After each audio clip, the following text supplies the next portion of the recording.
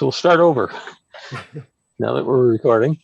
We'll open the Chapter 22 business meeting. I'll call the meeting to order. It is 7:08 p.m. We will not have minutes from our November meeting tonight because Vinny couldn't make it. He will read those minutes in the January meeting along with tonight's minutes. So move on to Treasurer's report, Gary. Okay, the treasurer's report is pretty simple because we have had no expenses and no income in the past month. Okay. I'll make a motion to accept the treasurer's report. I'll second that. George Brongard will second it. All in favor, Chapter 22 members, say aye. Aye. Aye. Opposed, say nay. Frequency coordination and certification reports, Gary. Nothing to report on certification. We did receive a notification from ComSearch about a application from the New York State Racing Commission.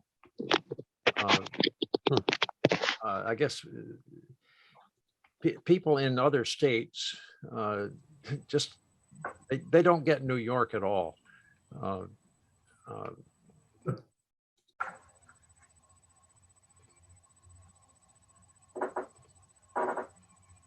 Gary, I think your mic muted. People in New York State don't get New York is what we last heard. Your mic is muted. Still muted. There you are. Oh. There you go, Gary. Yeah, let me.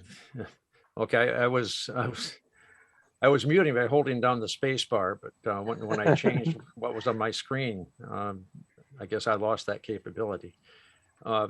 Anyway, I was going to say they don't realize that New York is a large state, and it's not just New York City downstate. But anyway, the State Racing Commission is doing something in they want to do something in the six meg range at Aqueduct Raceway in Queens, Belmont and Nassau, and Saratoga, which is in Saratoga. So you know, beyond that, it obviously doesn't affect us in central New York. I'm just fascinated by what it is. You know, it's like you know, News Channel 6 live horse or something. Anyway, that's it. Okay. That's it? That's it. Okay. I see Jim Peck who just joined us. Jim, we started the business meeting. Vinny's not here tonight, so we just did the treasurer's report and frequency coordination certification report. So it'll be a quick meeting. Does anybody have any other old business they'd like to discuss?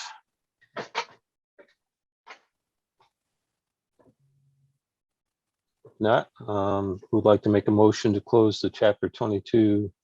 Well, let's move on to new business first. I'm sorry, getting ahead of myself. Future meetings, Wednesday, January 19th. The presentation that was erroneously scheduled for this month by Burke Technology will be January 19th. And that's Miguel Perez, simple, scalable, secure remote site access in the NOC and in the field. And I'm still working on putting something together for February. That would be February 16th. Both of those are Wednesdays. If anybody has any ideas for presentations, please pass them along to me. Our meetings will stay virtual until WSTM will let us back in the building.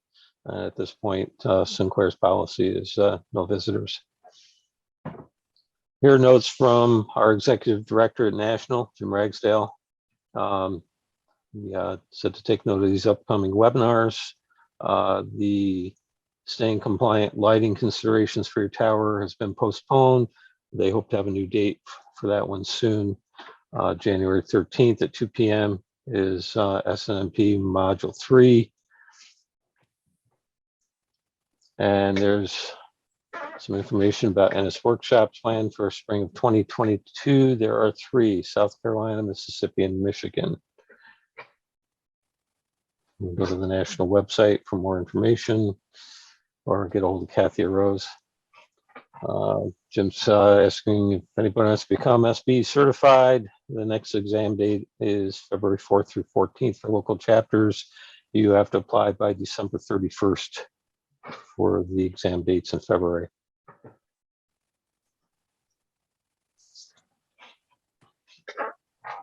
Our Chapter 22 Expo will be September 28th and 29th, with national events on the 28th and exhibits on the 29th, and national meeting and dinner on the 29th. Unless Omicron changes everything. Right. We're still reviewing the contract with the venue. Hope to have that finalized early in January, signed contract, and then we'll start getting information out to potential exhibitors and start selling booth space, hopefully, and some sponsorships. We'll keep everybody posted. I'll have more information in the January meeting. If you'd like to join the Expo committee and help with the planning and with setup and all that, then you're more than welcome. Please contact me and let me know, and I'll keep you posted of future meetings. Does anybody have any other new business they'd like to discuss? Anything going on in your workplace or in the industry that you think would be of interest to members here? You're welcome to speak up now.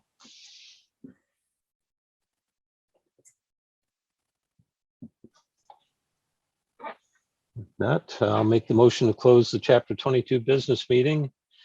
Who would like to second that? I'll second it. Gary Hartman seconds it. All in favor? Aye. Aye. Opposed? Nay. Meeting is closed at 7:15 p.m.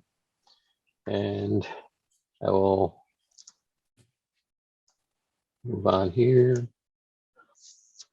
And I missed a slide here. I don't know where it went. So I'm just going to get out of this and scroll to it. We welcome Carl Winkler, Vice President of Sales and Marketing at Electrosonics, for tonight's presentation. And I know Jim Peck is on board here too, and Jim helped to arrange for this tonight. Thank you, Jim. Most I welcome. will unshare my screen, and Carl, you can go ahead and share yours. Very good. Thanks for having me, and excited to share with you some of the stuff that I've learned and my colleagues have learned over the years. So let me get those slides going. And this is called the 7 most common wireless mistakes and how to solve them. And I figure that for you and the SBE, this is probably review for you.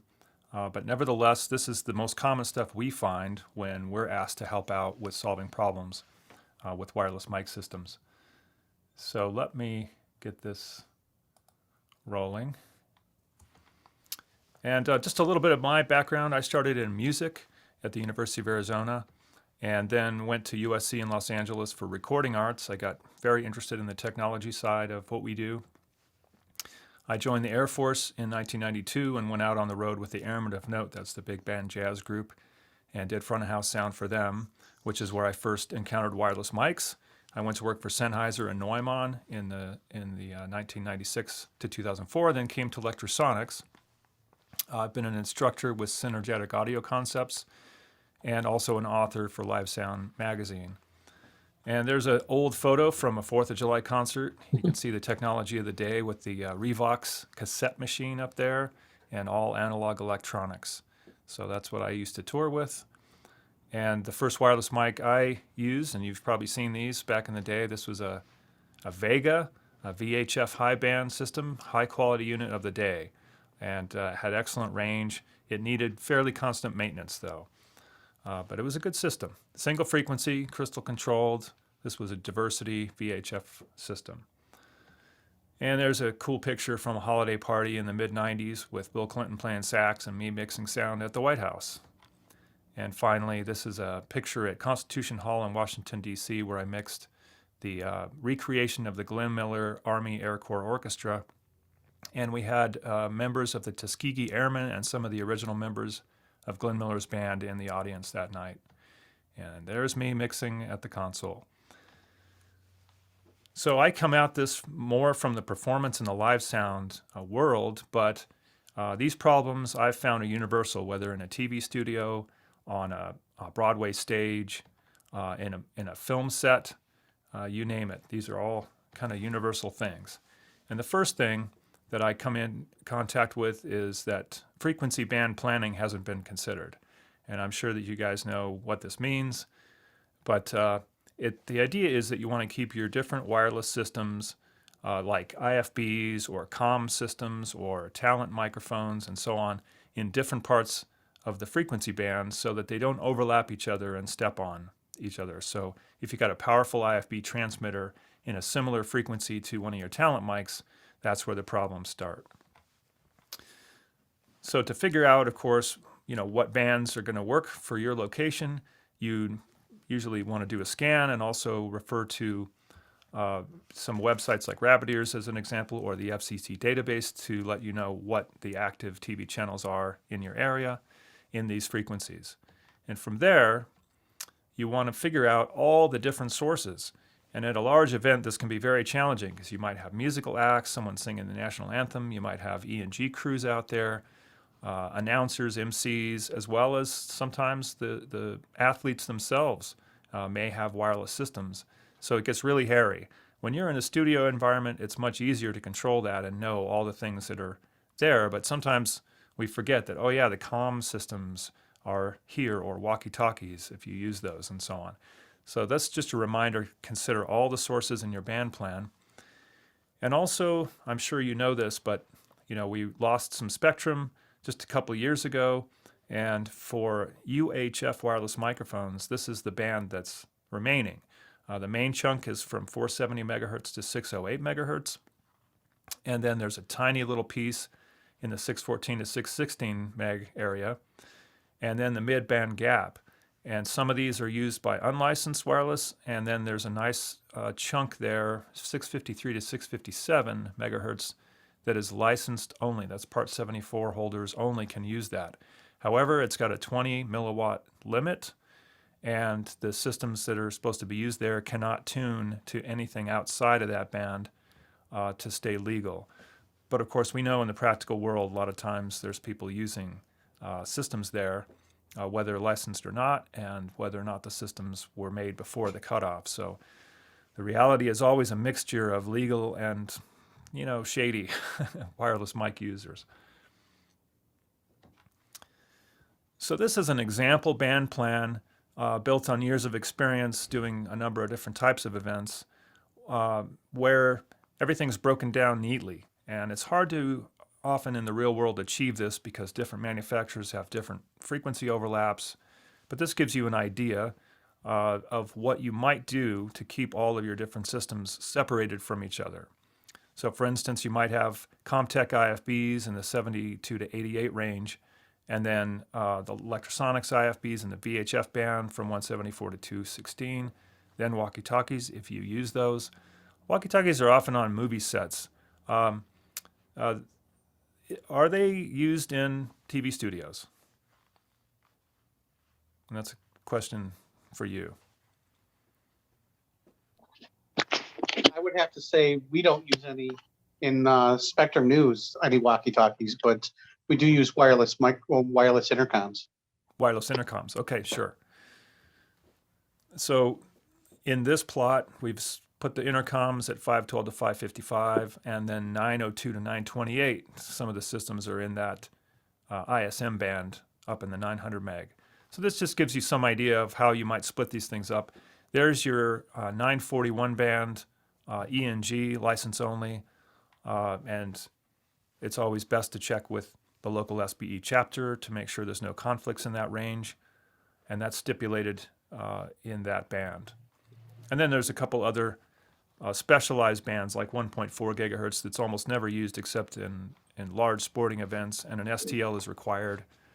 Then you've got some additional intercom systems and point-to-point wireless that might be on a set or on site. Okay, the next thing that we see that's the most obvious problem is receiver antenna placement that's problematic. And I've brought a picture. We say, the do's and don'ts. Well, here's a don't.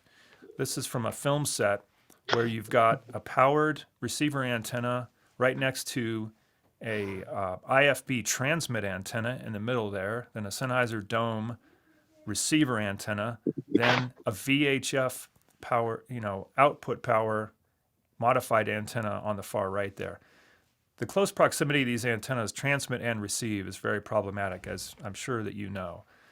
And the other thing that's common is overboosting, and I'll get to that as well. But when I showed up to this film set, they said, we've been having some problems. First thing we did is turn down the amplifier in the far left antenna. And then I suggested shutting off their IFB transmitters and see if the problems went away, and they did. So I suggested that they separate their transmit and receive antennas. But I understand in film sets you need to be very portable.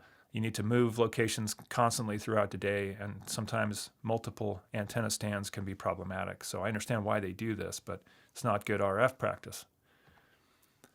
Then I see this all the time as well as in an equipment rack. You've got a couple receive antennas just stuck on the back BNCs of the receiver, and it's in a metal case. The range is just terrible, and having the antennas with very little separation is not great either.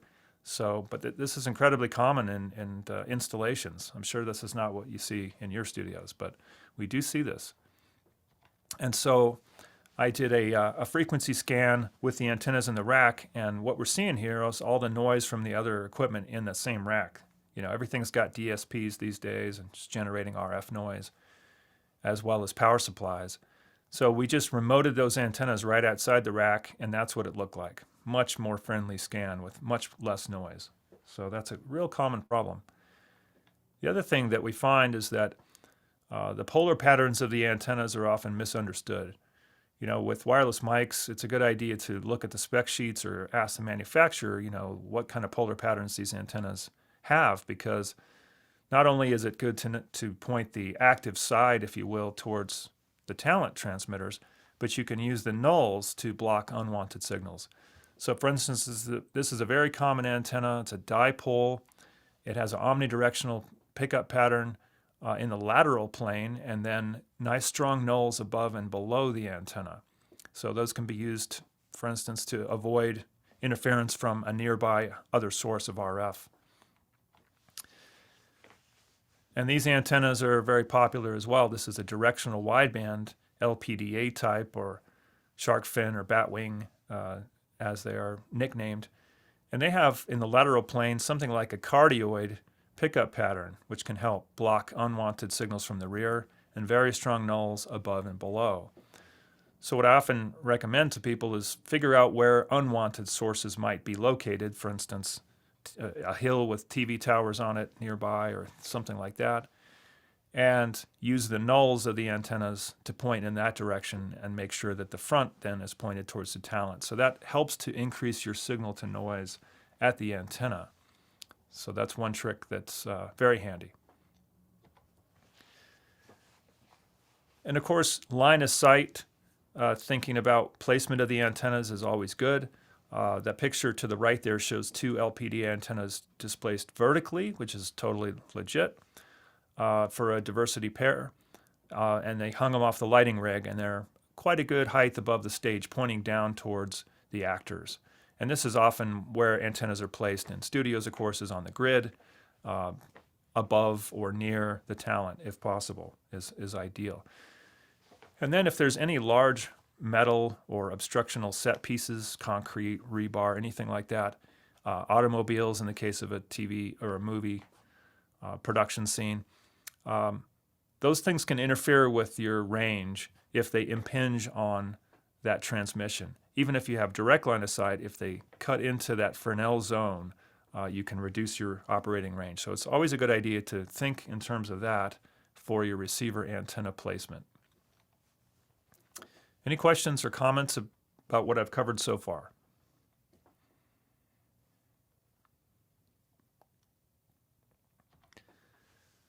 Okay, moving on.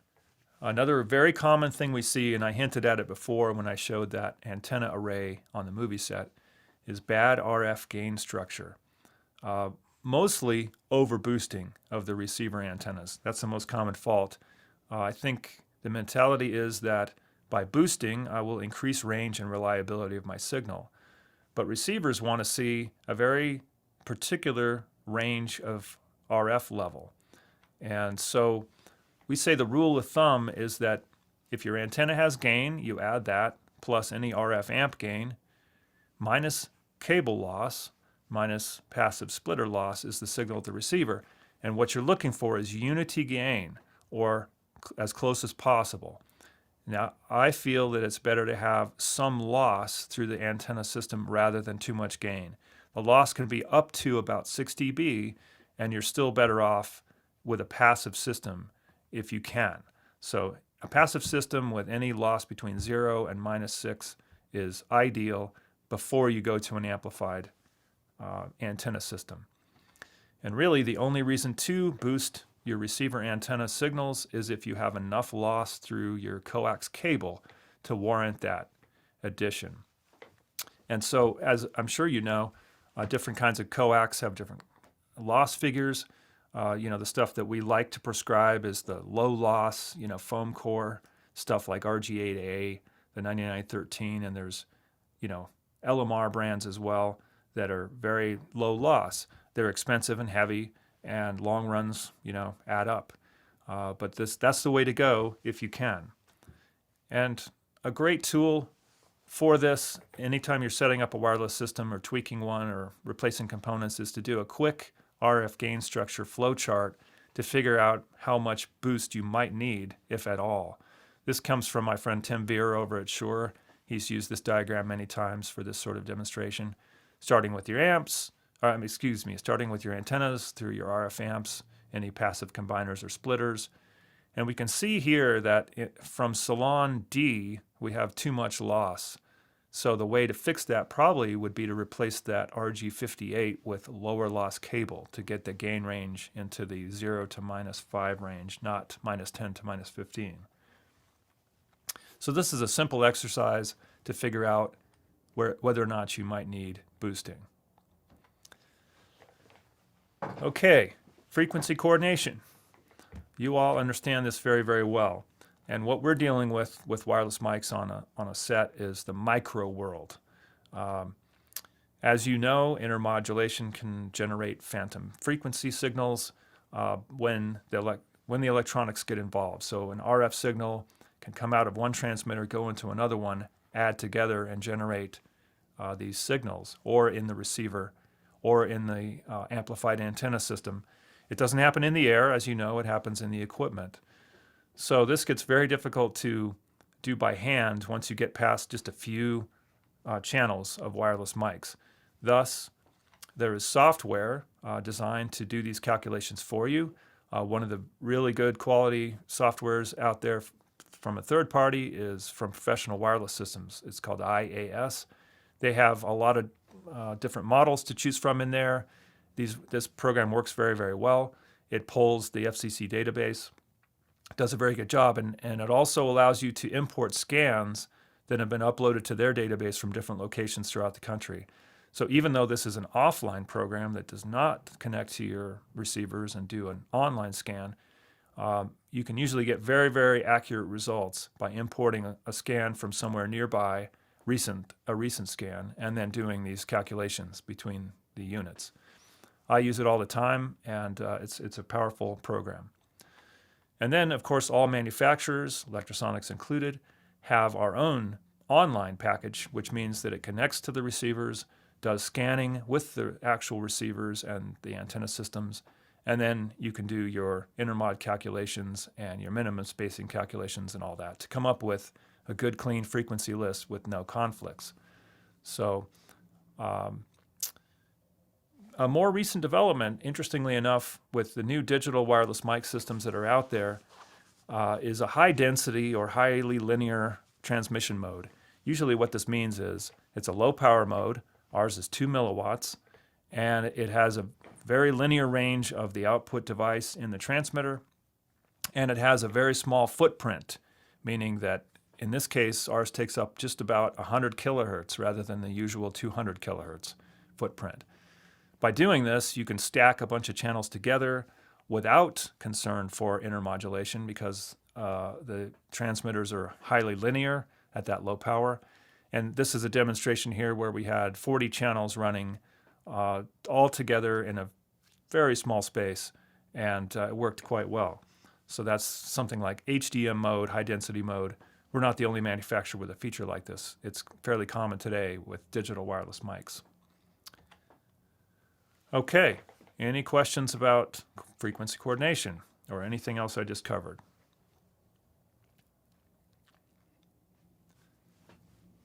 All right, the next topic is transmitter and microphone placement on the talent. And it's another area that's not as well commonly understood, but where you put the transmitter and how you treat the antenna has a lot to do with the reliability of the signal and the range you might be able to get.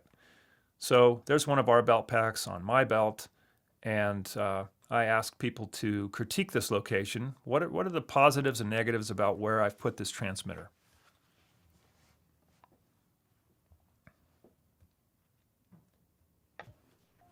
It's hidden, but there's potential for the antenna to get bent as well as the connection for the microphone into the pack. Yeah, good points. Absolutely. It could be hidden under my jacket, but it's not ideal for the antenna or the mic connector.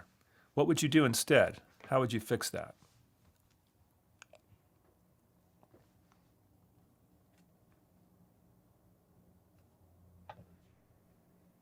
Probably find a place to mount it that's not near a pivot point on the person's body. But the question is where, and do they have an article of clothing that you... Yeah. You want to hear the real world answer? Yeah. You wrap the excess mic cable tightly around the pack and shove it into your pocket. Yeah, exactly. Yeah, that's the real world answer for sure. And that happens a lot. Clearly, that's what you want to avoid. In this case, you could turn the pack upside down and put it in the small of the back, although it depends. If someone's going to sit in a metal chair, that's not going to work so well. But being upside down, you might not have sweat dripping into the mic connector. Sometimes it's just fine to put it in a coat pocket, where it can't be seen, and then there's nothing impinging on it, as long as the coat isn't some kind of RF absorptive material. Well, one of the main things that we run into is that the antenna might contact the body, or if someone is performing or just happens to sweat a lot, that a lot of the RF gets absorbed. So the things you want to look for is to avoid the antenna contacting the skin, and sometimes it needs something in the way, like a little foam pad, or to put the antenna in a plastic tube, shrink tubing, drinking straw, something that will insulate it from that skin. And watch out for metallic fabrics. It's more of a problem in theatrical productions, but if the weather reporter comes in with a really shiny garment or something, I guess that probably wouldn't work so well on TV anyway. But you got to watch out for those metallic fabrics. And then the location of the transmitter and its antenna needs to be considered for where the receiver antennas are. So here's a diagram showing if you put the transmitter in the small of the back, might be a good location as long as the antennas get a good strong signal from it. It's going to have something like a cardioid polar pattern in the lateral plane. So antennas behind the person would be fine, but in front might not work as well. Okay, in the audio seminar, we have to talk about gain structure. This is really more important with any sort of analog or hybrid wireless mic system. Digital wireless mic systems don't have as many problems, although I still tend to like to tweak the gain, carefully to get the best signal to noise possible. Typical signal chain for a system is you've got a microphone. The mic preamp is really in the transmitter itself. Even if it's a handheld, the preamp is there. It transmits to a receiver, and then your receiver has audio outputs connected to either analog or digital to the mixing console or a recorder, and it goes on from there.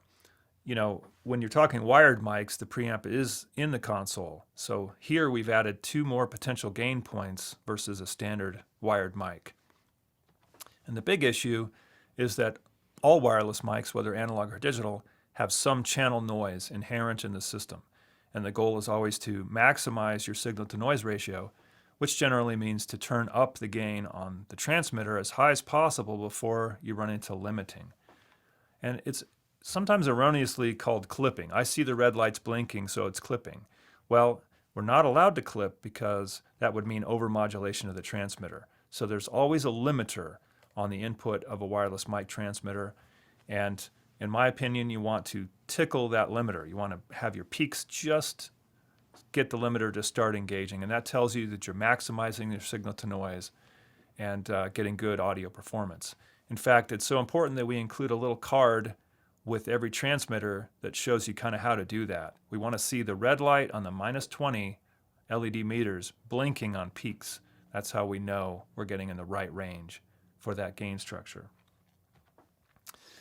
And then on receivers connected to the next device, your receiver internal signals are at line level. So if you're turning that down, you're attenuating that signal. And then the next thing you're plugging it into, the native level is also line level. So if you plug it into a mic input and boost it back up, then you've attenuated it out of the receiver and boosted it back up in the next device, in the mixer, let's say. And therefore, you're going to add a little bit of noise to that signal and lose a little bit of its integrity. Of course, with good quality electronics, that might be a minimal loss, but if you can avoid it, you should. So we recommend coming out line level and going into the mixer at line level. I understand in field work, sometimes if you've got a field mixer and you might have a wired boom microphone or have a wireless system and need to ever plug a mic directly in, you might want to leave everything at mic level just in case. I understand that as well. But in the studio, there's no reason for that, typically. Okay, and then number 7, is lack of maintenance. The kind of things we see most commonly are sweated out lav mics or lav mics that the cable has lost integrity, is crackling. A lot of times it breaks at the head itself, which means it's unrepairable because those heads are molded with the cable right in. So if that breaks or loses integrity at that end, it's something to replace. And in a sense, we look at lav mics, unfortunately, as being semi-expendable. How long they last, is it a quarter, is it 6 months, a year? But they will need replacement at some point because they're worn on the body, they get tugged and abused and things get spilled on them, makeup gets on them, they have to be cleaned, so they do wear out. Corroded battery contacts is not as common, but we do see it once in a while if someone leaves their battery in their unit for too long, might happen. Battery management, this is important when you're using rechargeable batteries. We hear a lot of times people feel like they can't rely on rechargeable batteries. The main reason I believe that's true is that they didn't have a battery management plan and the batteries wore out and they won't take a charge anymore or they won't last very long. So it's always a good idea to have a replacement plan, mark on the batteries when they were first charged, and then have a cyclical plan to replace them, and always use good chargers as well. Moisture damage, not as common in the studio, but once in a while someone might spill a drink in their lap or they might sweat for some reason profusely. And moisture can get inside the electronics. It's one reason we offer silicone covers for many of our devices so that moisture isn't nearly the problem that it is. In fact, the first slide I showed was a picture of our watertight transmitter. And we've got more than one model that is truly watertight for those situations where they might get wet. And then the silicone covers are there for the other units. In fact, when we first came out with a silicone cover for our plug-on transmitter, some of the first folks to buy it was NBC News, and then there was a hurricane. And we saw the reporter standing there with this thing getting drenched, and the next thing you know, we were selling hundreds of those covers. Everyone had to have one as soon as they saw it being used in a hurricane. Damaged BNC cables and connectors are fairly common too. Again, in the studio environment, it's not as common, but I've been surprised at how often when I get to a location and someone talks about trouble with the wireless mics, we just go around to every antenna and every every receiver input and any splitter or distro and check every single BNC. And almost every time there's one or two that are loose. Tighten those up and everything's fixed. And then illegal frequencies. There's still a lot of equipment out there, probably not in any of your stations, but frequencies that are no longer allowed to be used, or equipment that by the letter of the law is no longer allowed to be used. And it can cause problems. People find that, hey, up here in the 700 meg band, there's nothing going on. Why wouldn't I be able to use my wireless mics? Until the day when something is going on, because they don't have legal access to it and somebody else does. So again, not nearly as common in license situations, but there are some folks out there that kind of go rogue and hang on to their old equipment as long as possible. And so we run into that as well. Okay, so we covered a lot in a short time. I didn't want to go on too long with this, but in our opinion, having a bulletproof system is always a matter of the planning and the frequency coordination and good system design with proper RF gain, audio gain, and so on, and just avoiding these very common pitfalls. Frequency coordination isn't magic, as you well know. It's math and science, and software helps a lot, but the software is only as good as your understanding of how to use it. And so we're happy to help coach you on our software, and of course we use IAS, as I mentioned, so we can coach you on that as well. So don't hesitate to reach out to us about those subjects if need be. So I'd like to open the floor if there's any questions about the material I've covered, or if you just have a question for me about your wireless mic system or any other way that I might be able to help, I'm happy to do that. We have from time to time suspected that cell phones are an issue, and we have some on-air talent that insist on keeping a cell phone either on their belt next to the microphone pack or on the table in front of them, right next to them at all times. Have you run into that kind of situation? I have, and oftentimes what that is the cell phone will phone home or send data back and forth, and that gets picked up in the microphone or the microphone cable.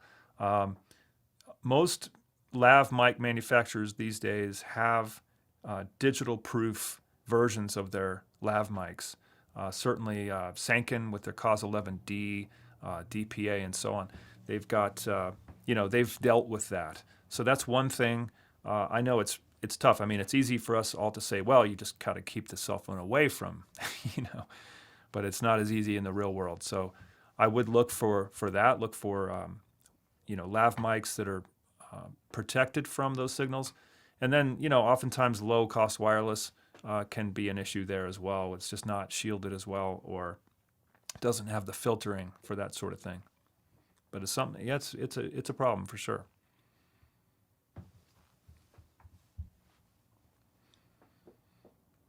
Carl, Jim back here with SCMS.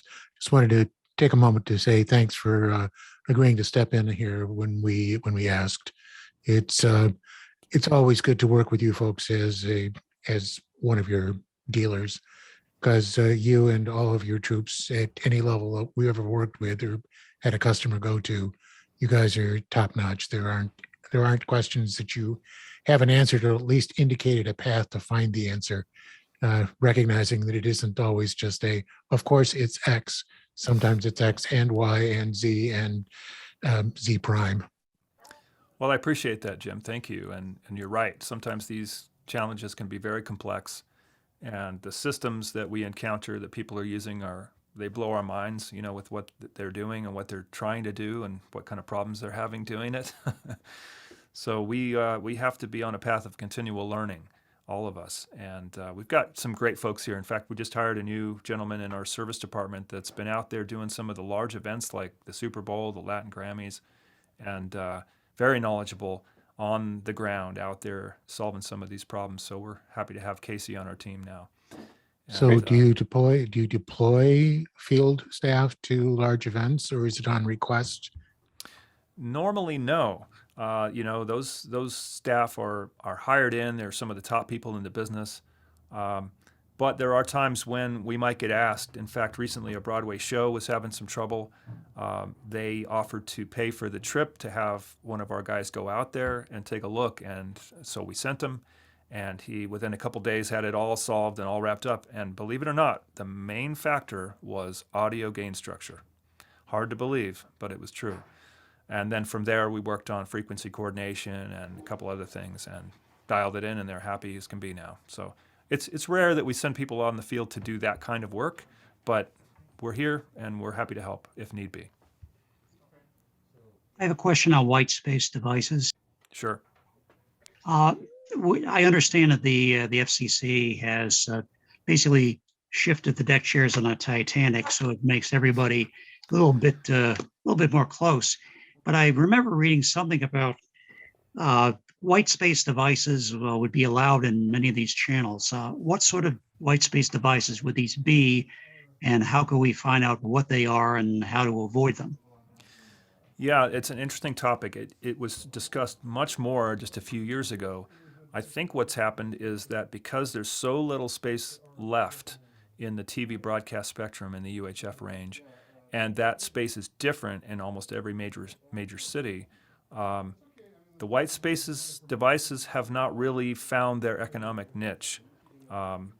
We ran into a few, some years ago that there might be one of these things at a shopping mall, or they tried to run one at a game and cause some problems. And I haven't heard of one of these things showing up on anybody's radar for the last couple of years. So I'm not sure what really is out there at this point. It doesn't seem like there's very much of it.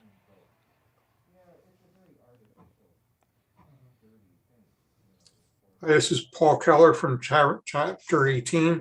I'm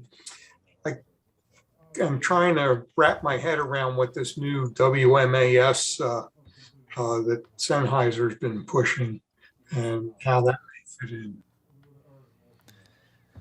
Yeah, WMAS. The way we understand it, it's a method of having two-way wireless, all digital, and then it is decided on site or with the system design how much bandwidth each channel of wireless is given. So, they want to take up an entire 6 meg band, and then within that, they might have one or two like really high quality, low latency channels, like for the front person, the money channel. And then they might have a couple channels that are dedicated to in-ear systems for the talent to be able to hear, or IFB, foldback, so on. And then maybe some lower quality channels that are used for, let's say, guitars and backline instruments and things like that. So it's designed to be a flexible system that is user configurable and takes up the whole 6 meg band. So there's some mixed feelings about it because, nothing else can be in that 6 meg and that system would still work. There's a couple proposals. The FCC is discussing it and taking comments. We sent our comments in there. I think our comments aligned a lot with the NAB's comments on the subject. So it's still up in the air whether or not this technology will be approved, really. I think there's some things that need to be defined a little more further before it can be approved. It's just kind of an unknown. I understand what they're trying to do as an overall view, but the specifics of it are a little bit elusive. Yeah, it sounds like it's mainly useful for like big events or Broadway shows or that kind of thing to have a lot of channels needed. Yeah, I would agree with you. And considering Sennheiser's background in theater, of course, they're also in broadcast. But I think they're looking at it from the large event perspective primarily, just like you said. That makes sense to me. And Shure is backing it as well. And Shure and Sennheiser don't agree on some of the specifics of that WMAS platform. So we'll see. I think it is already approved in Europe, but whether it gets approved here is yet to be seen.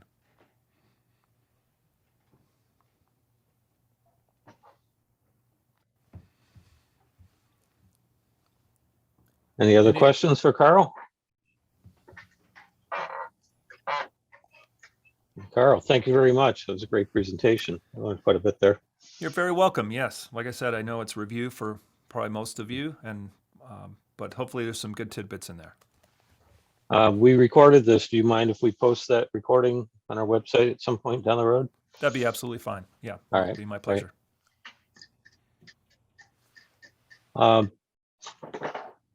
When we did the business meeting, I thought I was missing some slides.